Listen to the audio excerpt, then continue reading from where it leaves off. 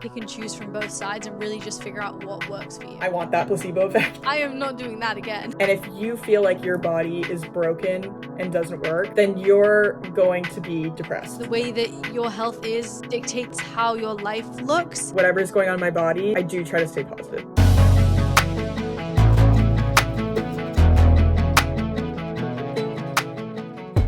Welcome back to my channel. If you missed the last two videos, I've started this new series called Mind Medicine, where we talk about the different sort of alternative, if you will, approaches to our health and chronic illness, especially when it comes to mindset. Today we have Caroline Cray, my friend and content creator, who you might have seen online somewhere on social media, and we are going to be talking about some of the unconventional, maybe what some people might call woo-woo treatments or things that we have done for our health and our experiences with them. Caroline, do you want to introduce yourself? Because I feel like a lot of people might know you. I'd love to. No, thank you so much for having me. I'm so excited, and I think this is a great series. A little bit about me. My name is Caroline. I started posting on social media a couple of years ago about my kind of life and my challenges with Mast Cell Activation Syndrome and severe allergies. My health journey kind of starts in the beginning of my life. I was born totally happy, healthy, but when I was 2 years old, I had a random anaphylactic reaction to peanuts. That kind of started my whole life with food allergies. You know, despite having a lot of anaphylactic allergies, I did grow up pretty normal, so I just had to avoid a handful of foods. Yeah, life was pretty good, pretty normal. And then unfortunately, when I turned 18, I had another anaphylactic reaction to nuts, and I went into full-blown anaphylaxis, and simply my body was never the same afterwards. So basically, I went into idiopathic anaphylaxis, so unexplained anaphylactic reactions to foods that I objectively was not allergic to. A few months in and out of the hospital, in and out of the ICU, and I was diagnosed with Mast Cell Activation Syndrome. Flash forward a couple years, and I was able to eat pretty much everything again, which was great. I think a lot of that was due to the medications I was on. But unfortunately, in 2019, when I was 20 years old, I had another anaphylactic reaction to cross-contamination. And that's put me into a flare-up that has lasted since then, basically. So for the last 7 years, I've been only eating oats, hypoallergenic formula, water, and salt. I've been, struggling, but also persevering through having a very limited diet, having a lot of allergic reactions, just kind of sharing my experience with that and my day-to-day and how I'm able to, stay optimistic and live a pretty good life despite all of that. Yeah, wow. It's crazy to hear the story like that because it really shows you how drastic those ups and downs can be. And I think that's one of the sort of characteristic parts about MCAS that's so different from just having, the difference between having MCAS and maybe just having a few food allergies. But it really has been amazing to watch your content and to get to know you and see how positive you're able to stay through all of it. Thank you. Yeah, I definitely think that the highs are high and the lows are low. It's also crazy how one slip up or one cross contamination can completely wipe you out and put you back at ground zero, no matter how much medication you're on or whatever. So I've learned that my mindset, despite whatever's going on in my body, I do try to stay positive. So I feel like I take pride in that. Yeah, and you get it too. You're very optimistic it's hard mentally, putting aside just the things trigger us, things trigger our bodies to react. It's hard mentally going about your life thinking these things that are supposed to be quote unquote normal or just everyday things can have such drastic effects on us. I know a couple of weeks ago, for me, getting my blood taken, I have low blood pressure and I have dysautonomia. So getting my blood taken can be a bit traumatic and can cause a flare-up, but usually it's just I don't really feel great the rest of the day. But a few weeks ago, I think it was actually a little over a month at this point that it's been since I got my blood taken. I felt a little bit lightheaded towards the end of the blood draw, went home, and honestly, ever since, I feel like this week is really when it started to maybe get a little bit better. But ever since, I've had this whole new slew of symptoms and worsened symptoms that I've had almost every single day just because of getting my blood taken, which, for most people is just, let me just go quickly do that. And honestly should be for us too. That can be a really hard place to live in where, you're constantly having to think about those things and live your life being so careful. Yeah, definitely. No, and that's such a bummer. And it feels like something like blood work, we should be exempt from feeling symptoms from that because it's well, that's actually super necessary. And my doctor told me to get it done. No, literally, when I was having all the flare-up symptoms afterwards, at first I wasn't sure what it was. And I didn't know if it was something, I didn't connect it to the blood draw at first. So I actually saw my doctor and she was like, get these tests done so we can check for a deficiency or something. And I was like, but I'm pretty sure the blood work caused it in the first place. Like, I am not doing that again. Right. We're not doubling down on that. So, Caroline, what are some of the things that you've done for your health that maybe are seen as alternative or woo woo, or maybe even things that you would have never considered in the past that, something in you changed and you wanted to try them? I feel like I've been pretty open to trying new things, especially because my medical journey has gone to a point where I feel like I've tried most things in the Western kind of medical space. So I've tried all the antihistamines, the mast cell stabilizers like Singulair, cromolyn sodium, antihistamines like Benadryl, obviously Zyrtec, Allegra, ranitidine, as well as like Xolair injections, and all of that stuff has been really helpful. It got to a point where my daily medication intake was way too much. Basically what happened was I switched from one mast cell specialist to another because my old mast cell specialist went into research full time, and I kind of got a fresh set of eyes on my medical file, and he was shocked that I was taking so much medication. Like, we're talking like 100 milligrams of Benadryl every single day. And I remember like the appointment, he was like, "Are you taking 100 milligrams of Benadryl every day?" And I'm like sitting there like the best patient ever, like never missed a dose. I'm like, "Yep." Mm-hmm. And he's like, no,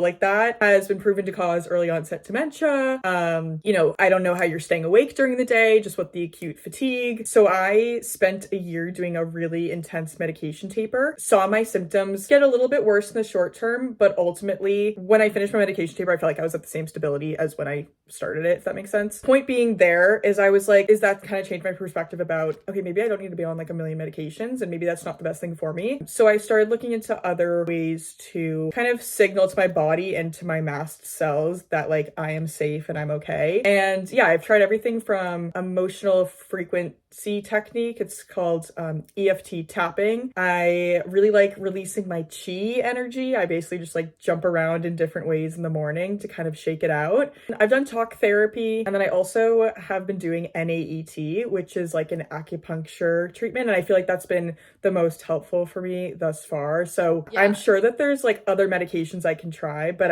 over the last kind of year, I've entered this mindset where I'm like, I feel like I've tried a lot of medications and it hasn't cured me, so let's try something else. Yeah, it's like, let's explore maybe the other side of it. I think that's the odd thing, at least that I've navigated, is like you have these two sides of one side saying you only use medications, like you treat this with medication, you cure it with medication, medication's the only fix, and the other side that's like no medications, like you can actually just fix this by changing your mindset. It's just a matter of your body not feeling safe or your body feeling a certain way. And it is really hard, I think, especially when you're at the beginning of your journey, to not feel like you have to pick one side and then you go to like bouncing around, and it takes time to sort of settle in the middle where you can pick and choose from both sides and really just figure out what works for you. Yeah, definitely. And I also feel like I've grown up near Boston, and I was a patient at Boston Children's Hospital for a really long time, and they are amazing. Like, they have some of the best specialists ever. So I always felt like, well, I have such amazing local care that like, why wouldn't I listen to them? And I really like, I have genuinely trusted my doctors. These kind of alternative means I've brought up to my current specialists, and they're pretty open to it. They're like, yeah, I don't think it's going to hurt you. Like, I think it's debatable whether it's going to help, but it's not something that they can prescribe or that's been like clinically trialed and proven. So I think that's where it kind of, we see that divide. Yeah. And I mean,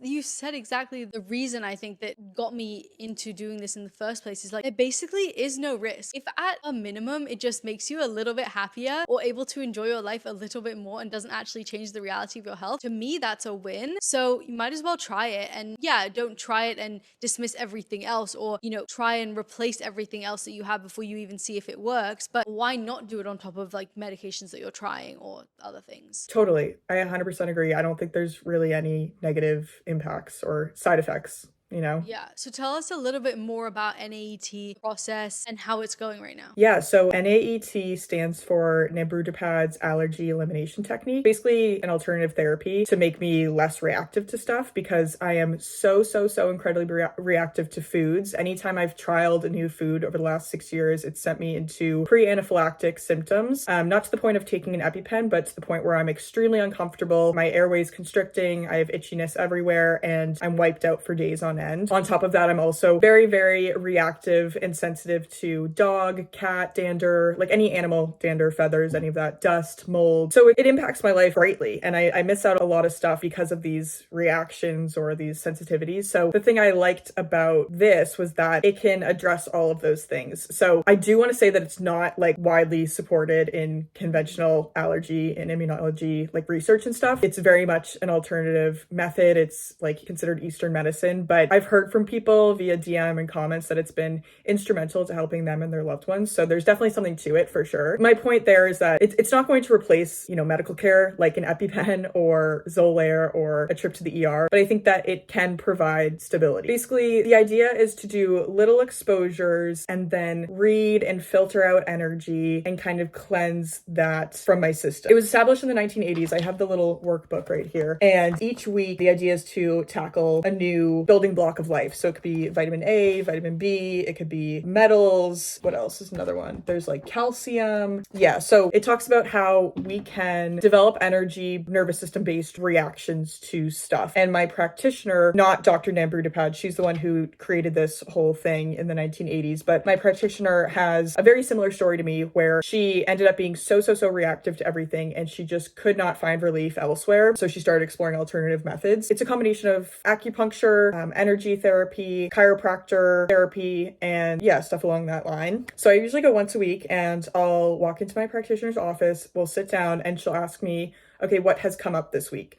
And what that means to me is, what did I react to this week? When I started this like 6 months ago, I was like, oh my God, how am I going to narrow down my reactions? I mean, I would have some kind of reaction every single day. It was just crazy. And now, I mean, I went in for my appointment last week and I didn't have a reaction or a symptom to speak about. She asked me what came up in the prior week. And so, for example, let's say I went out to dinner with my friends, and I always have my friends check all the ingredients and what they're ordering so that it doesn't contain any of my airborne allergens like nuts or sesame or seafood or mustard. And, everybody had their plain pasta with cheese and it came out and my throat got really tight, but, my throat wasn't tight prior to the food coming out and we had checked for the airborne allergies. So I got frustrated and sad. And that was something that I wanted to address. So she'll kind of pick out some of the keywords that I'm using and then she'll check my pulse. She'll start asking me different questions. So she'll start with, is it bio, material, physical? And those are all different factors of life, like biological, like food, mold, bacteria, or is it material like chemicals, metals, or is it physical like the structure or an injury or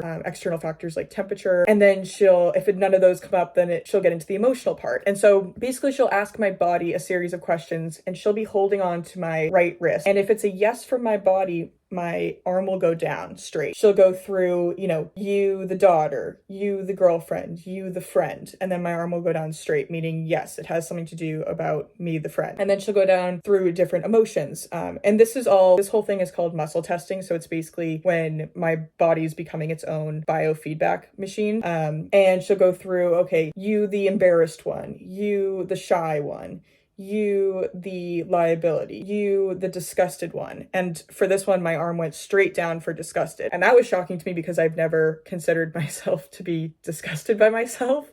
And she'll work through different words, different emotions. And as those words and emotions are coming up, I'll feel a sensation in my body. And she'll say, where do you feel that? And typically it's somewhere around like my lungs to my head. And the disgusted was kind of in my esophagus. So I guess this does kind of require you to tap into your body a little bit, like the sensations and just to like feel your body. And I felt like a little bit of acid reflux sort of. And so she tapped on my chest. She did a couple things around my face and then we locked eyes and yeah, it's like super woo-woo and weird.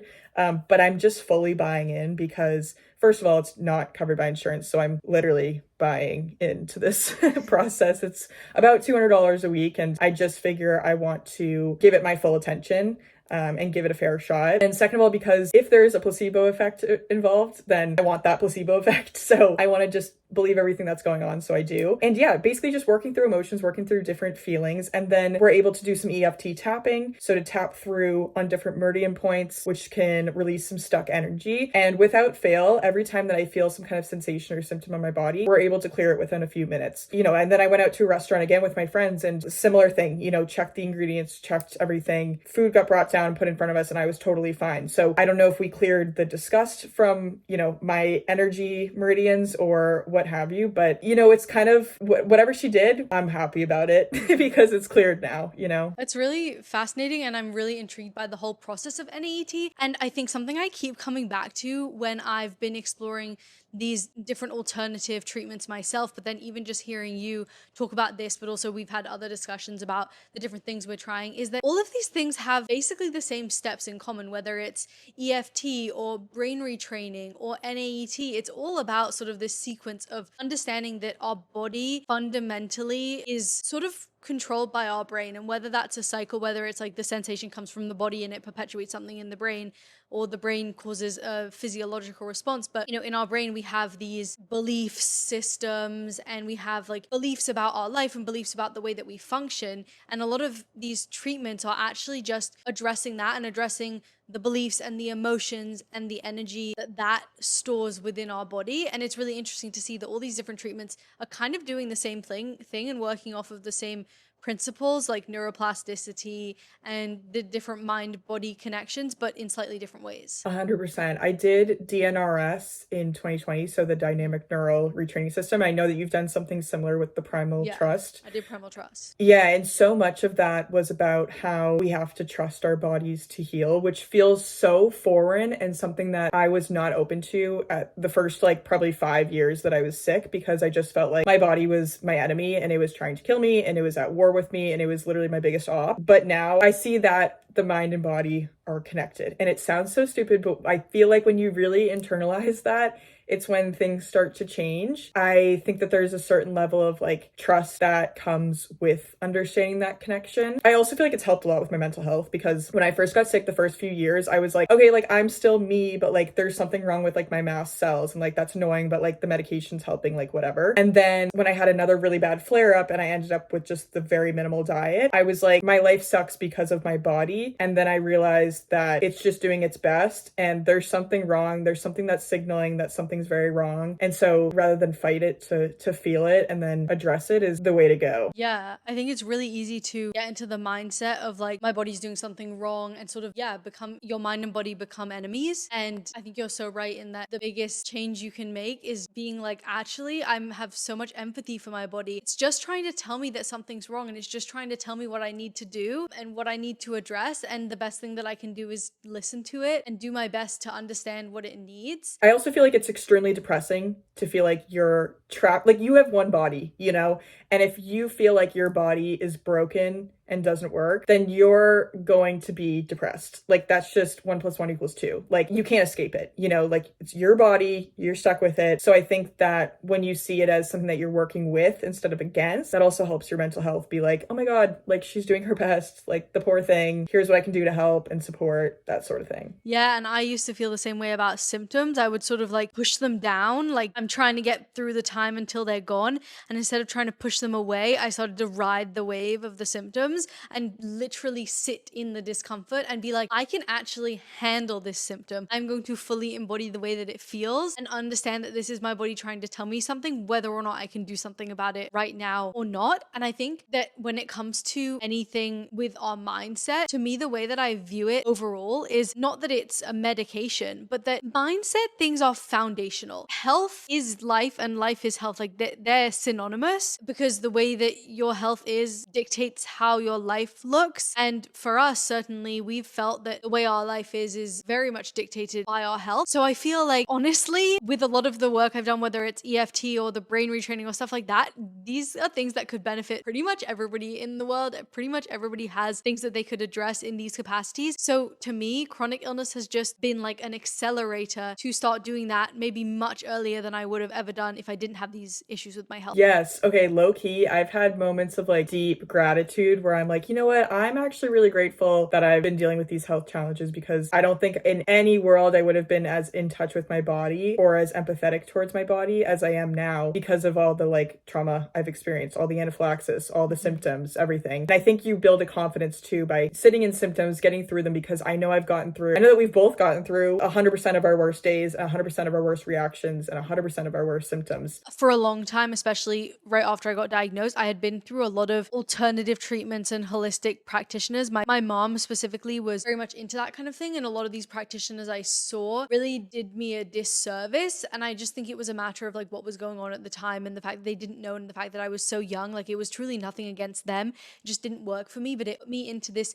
place of believing that anybody who wasn't traditional in Western medicine wasn't going to serve me, and was basically going to tell me that it was like in my head or just a gut health thing. And so I created this like wall that I didn't want to see any of that, and I didn't want to have any of that mindset. And it took me a long time to break down that wall, but being able to do that and to realize that this is all just part of the journey, and how powerful it is to have the mindset of like everything happens, not everything happens for a reason, but like everything happens as it needs to. And that each thing that I go through is part of the process that's going to get me to where I need to be. And everything is just about opening up the possibility of what could happen, and understanding that anything can happen, and that if XYZ can go bad, then XYZ can also go well. That's so interesting about your upbringing, because I feel like I was raised in a very Western medical atmosphere. My dad is a doctor, and yeah, we would just take the doctor's word as Bible.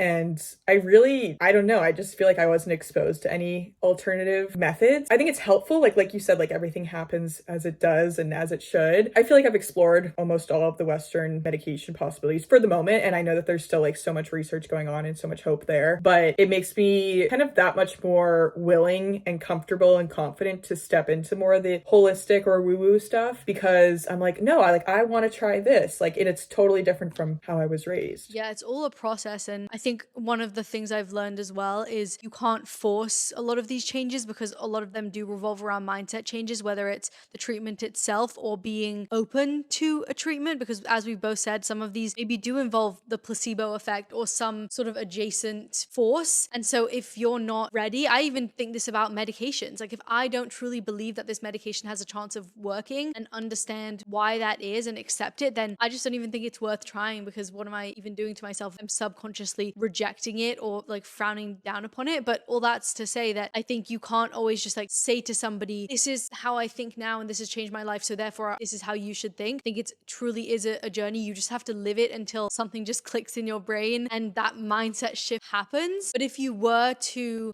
say one thing that's been the most helpful mindset shift for you or way of thinking that you have now that has truly helped you, what do you think that would be? I think top of mind would be gratitude journaling, which like I know everybody says, but like it's because it works. And also the burnt toast theory. So the burnt toast theory is kind of like, imagine you're getting ready and you're making your toast, which wouldn't be us because we can't eat fucking bread, and your toast burns and you're like, oh fuck, and like you have to recook your toast, and it makes you all flustered and stuff. But maybe what if that saved you from getting into like a fatal car accident or something? It's kind of ridiculous because it's like, well, how does burnt toast equal I get to go to work okay or whatever? This is like, I also like don't super like know all the details, but this is kind of being grateful for the things that go right and the things that go wrong. That's kind of how I look at it. Yeah, I think that's a really cool way of thinking. I think for me, it's been all about the idea of possibility, because so much of my life I was very, I don't want to say it's not closed-minded, but I needed everything to make sense and I needed everything to have a reason. And I think a lot of that came from the uncertainty of MCAS and the reactions that I've had literally since the day I was born, and understanding that all these random things can happen in negative ways, and random things that don't really make sense can also happen in positive ways. And so I'm always open to the possibility of anything, possibility that a medication could work, the possibility that what somebody says that I maybe don't understand or maybe don't agree with actually could be the truth. And I think it causes me to live my life constantly open to new ways of thinking, new ways of living, and new realities that I might not ever think are possible. I love that so much. Yes, I totally agree. So that is going to be it from us today. I hope you enjoyed this. I hope this was helpful. Definitely go check out Caroline. Caroline, where can people find you? Yeah, people can find me on Instagram and TikTok at Caroline Cray and then the number 2, and also on Facebook as well, Caroline Cray. Yeah. So if you haven't already, definitely go follow Caroline, subscribe to my channel so that you don't miss the next episode. Thank you so much for watching, and I'll see you next time. Bye.